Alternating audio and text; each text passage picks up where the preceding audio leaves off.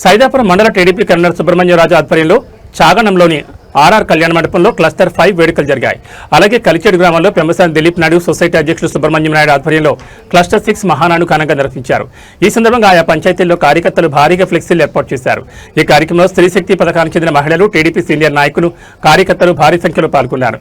ఇందులో Rapur AMC chairman Avula Vani, vice chairman Darsi Venkateswarlu, society director Raghavareddy, Ramanaiah Naidu, Dasaiah Naidu, Ramesh Naidu తదితరులు పాల్గొన్నారు.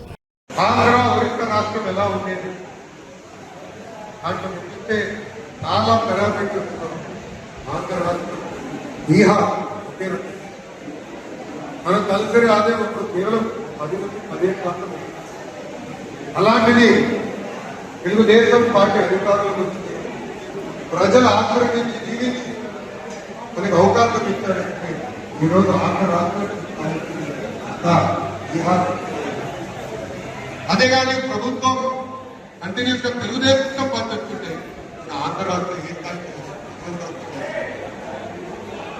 ఏ ప్రభుత్వం కొనసాగడం అనేది చాలా చాలా కార్యకర్త దగ్గర నుంచి వేదిక పాలిట్ సభ్యుల వరకు అందరూ ఈరోజు ఆంధ్ర రాష్ట్రంలో డబ్ల్యూహెచ్ బుల్లెట్ పెడతారు.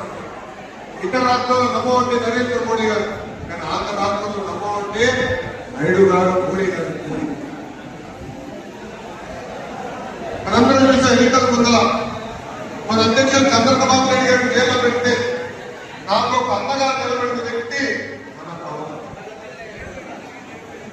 అది ఇప్పుడు బాబు ఆనాడు ప్రెసిడెంట్ వచ్చి చంద్రబాబు నాయుడు గారిని ఎన్నిక రాజమండ్రి జైలు పంపిస్తుంటే నాకు ఫోన్ చేసిన మొదటి వ్యక్తి ఆనాడు నాకు ఫోన్ చేసి వదిలేసినాడు. అండగాని నీకు అండగా నిలబడతా, నేను ప్రోత్సహిస్తాను, ఏ సమస్య ఉన్నా వస్తే తోలు తీస్తానని చెప్పిన వ్యక్తి కూడా మన సిబిఐ. ఈ మధ్యన చూస్తున్నాం మహిళల జోలికి వెళ్తే ఏమవుతుందని. అర్థమైందా రాజా? అర్థమైందా రాజా? తెలుగుదేశం పార్టీలో కార్యకర్తలే అధినేత. 2019 నుంచి 24 వరకు అనేక కష్టాలు మన కార్యకర్తలు ఎదుర్కొన్నారు. బయటికి రాకుండా తాళగట్టిన రోజులు, ఒక పోరాటం చేస్తే దొంగ కేసులు పెట్టిన రోజులు, ఏకంగా మీ లోకేష్ పైన 23 కేసులు పెట్టారు. వేదిక మీద నాయకులందరి పైన కేసులు పెట్టారు. కానీ ఆనాడే చెప్పాం, మాట తప్పం, మడిమ తిప్పం, మేము తగ్గేదే లేదని ముందరికి నడిచాం. మనందరం చూసాం, మెడపై కత్తి పెట్టి వాళ్ళ నాయకుడికి చేయగొట్టమంటే జై తెలుగుదేశం, జై చంద్రబాబు అని చెప్పి ప్రాణాలు కోల్పోయాడు తోట చంద్ర. ఈ రోజు గతంలో చెప్తున్నా, తోట చంద్ర కొడుక్కి ప్రభుత్వం ఉద్యోగం ఇచ్చిన ఘనత కూడా మన ఇండియా ప్రభుత్వాన్ని. నామినేషన్ పత్రాలు లాక్కుని దాడి చేస్తే ఈసారి తొడగొట్టాడు మన అంజరెడ్డి తాత. అంతేకాదు ఏకంగా వైకాపా రౌడీ దాడిలో రక్తం కాకుండా చివరి ఓటు పడే వరకు ఓటింగ్ బూత్ లో నిలబడారు మన మంజుల గారు. వైసీపీ గుండాలు ఏకంగా వచ్చి కంటి చూపు పోయే విధంగా పొడిచినా ఎత్తిన పసుపు గడ్డ దించకుండా నిలబడింది మన చెండు పార్టీ కాదు. ఇలాంటి నాయకుల్ని మనందరం పూర్తిగా తీసుకుని తెలుగుదేశం పార్టీని ముందుకు బాధ్యత ఉంది. కేసుల కోసం భయపడదు. తెలుగుదేశం పార్టీ ఆవిర్భావం నుంచి మహానాడు జరుపుకోవడం అనేది ఆనవాయితీగా వస్తుంది. ప్రతి సంవత్సరం ఏదో ఒక ప్రాంతంలో ఒక దగ్గరికే గుమ్మిగూడి మహానాడు జరుపుకునే పరిస్థితి.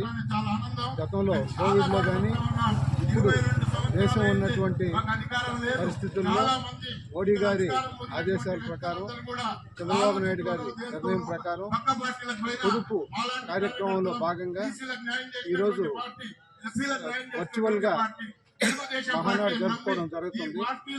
ఇందులో క్లస్టర్ వైజ్ కార్యక్రమాలు జరుపుకుంటున్నాం. ఈ క్లస్టర్ లో స్క్రీన్ అవుట్ పార్టీ ఆఫీస్ లో ఏ కార్యక్రమాలు జరుగుతున్నాయి వాటిని డిస్ప్లే చేస్తూ ఇక్కడ ఉన్నటువంటి వారంతా హాజరు నమోదు చేసుకుని ఈ కార్యక్రమాన్ని నిర్వహిస్తున్నాం. ఇక్కడికి కనీసం 600 మంది కార్యకర్తలు రావడం జరిగింది. అందరూ దాకా ఉన్నారు. కొంతమంది హాజరు నమోదు జరిగింది. ఈ యొక్క కార్యక్రమంలో రాష్ట్ర పార్టీ ఆఫీసులో జరిగే కార్యక్రమాల్లో వాళ్ళు తీసుకునే నిర్ణయాలు ఇవన్నీ కూడా ఇక్కడ ఉన్నటువంటి కార్యకర్తలు వీక్షిస్తున్నారు. రాష్ట్రం ఈ రోజున్న పరిస్థితుల్లో అభివృద్ధిని కాంక్షిస్తూ గత పార్టీ ఎట్లయితే ఆర్థిక విధ్వంసం చేసిందో ఆ ఆర్థిక విధ్వంసాన్ని అధిగమించేందుకు మన విజనరీ లీడర్ అయినటువంటి చంద్రబాబు నాయుడు, యువకుడైనటువంటి నారా లోకేష్ బాబు గారు, జనసేన అధినేత పవన్ కళ్యాణ్ గారు, వీళ్ళ యొక్క సహకారం, సమన్వయం, కేంద్రంలో ఉన్నటువంటి మోడీ గారి సహకారంతో ఈరోజు రాష్ట్రాన్ని అభివృద్ధి పదంలో నడుపుతూ ఎన్నో పరిశ్రమలు తీసుకురావడం, యువతకు ఉద్యోగ అవకాశాలు కల్పించడం ఇవన్నీ చేస్తున్నారు. రాష్ట్రం అయితే ఈరోజు ఉన్నటువంటి పరిస్థితులు గతంలో ఉన్నటువంటి విధ్వంస పరిస్థితుల్ని అధిగమించి ముందుకు పోతుంది. ఇదే పరిస్థితిని ఇంకా రాబోయే 2-3 టర్ములు కానీ కొనసాగిస్తే ఆంధ్ర రాష్ట్రం దేశంలోనే నంబర్ 1 స్థానానికి వస్తుంది.